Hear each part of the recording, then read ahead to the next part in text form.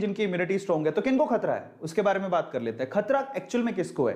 तो खतरा स्पेशली उनको है जिनकी इम्यूनिटी वीक है, जिनमें रोग प्रतिरोधक क्षमता जिनके शरीर की वीक है, वो हाई रिस्क पर है। इसीलिए अपनी इम्यूनिटी में बार बार बोला गया अपनी इम्यूनिटी पे ध्यान दो, अपनी इम्यूनिटी पे ध्यान दो।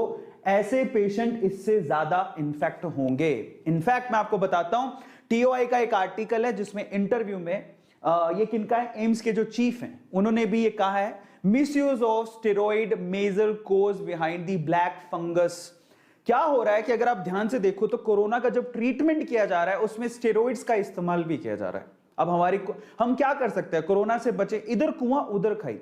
अब कोरोना के ट्रीटमेंट में स्टेरॉइड इस्तेमाल हो रहा है और वही स्टेरॉइड हमारी इम्यूनिटी को भी डाउन करता है और उसी वजह से हम लोग ब्लैक फंगस के भी शिकार हो सकते हैं। तो हम लोग इधर कोरोना से बचें तो उसके लिए स्टेरॉइड लेना पड़ेगा, स्टेरॉइड का ट्रीटमेंट है, अलग अलग तरह से स्टेरॉइड को लेना पड़ेगा। लेकिन अगर स्टेरॉइड लेते हैं तो उससे इम्यूनिटी डाउन होती है और अगर इम्यूनिटी डाउन हुई तो वहां पर ब्लैक फंगस का भी खतरा बढ़ेगा अगर हमने हाइजीन का ध्यान नहीं दिया तो, साफ सफाई का ध्यान नहीं दिया तो। समझ रहे हो?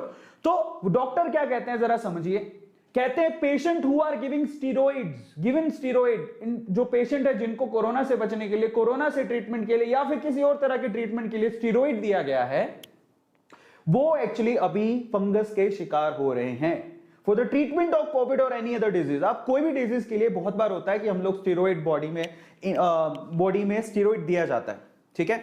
सो इन दैट केस वो लोग इस ब्लैक फंगस का शिकार ज्यादा हो रहे हैं। अब जरा समझिए, जरूरी नहीं है कि अगर आपकी इम्यूनिटी स्ट्रांग है और मान लीजिए किसी और वजह से आप बीमार हो गए और आपको स्टीरॉइड दिया गया तो आपकी इम्यूनिटी वीक हो जाएगी और आप ब्लैक फंगस का शिकार हो सकते हो।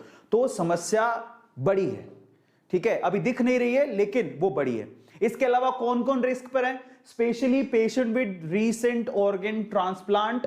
अगर अभी किसी ने अपना ऑर्गन ट्रांसप्लांट करवाया या फिर कैंसर से वो लड़ रहे थे, कैंसर का अगर ट्रीटमेंट चल रहा है तो वो हाई रिस्क पर है, तो उनको बहुत ध्यान देने की जरूरत है।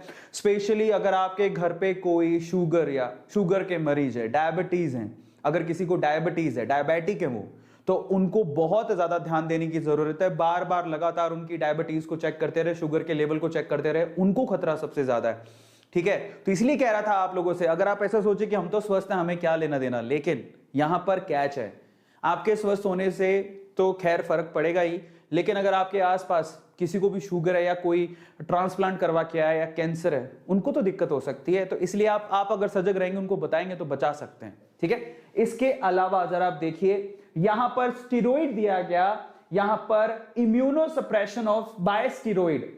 कई बार होता है हमें ट्रीटमेंट के लिए क्या करना पड़ता है, इम्यूनोसप्रेशन करना पड़ता है, वो भी स्टीरॉइड के थ्रू। लेकिन जो स्टीरॉइड ले रहे हैं बेसिकली उनको इसका खतरा काफी ज्यादा है। और इसके अलावा सबसे इंपॉर्टेंट चीज जरा समझिए, जो कोरोना की वजह से या किसी और वजह से जो भी है, सांस के संबंधी कोई भी बीमारी अगर आपको, और अगर आप हॉस्पिटलाइज हैं, स्पेशली कोरोना जो भी इस वक्त चल रहा है, ठीक है, वो जो एक रेस्पिरेटरी प्रॉब्लम है स्पेशली, अगर उस वजह से आप हॉस्पिटलाइज हैं तो वहां से भी आपको फंगस, ब्लैक फंगस होने का खतरा है। Black fungus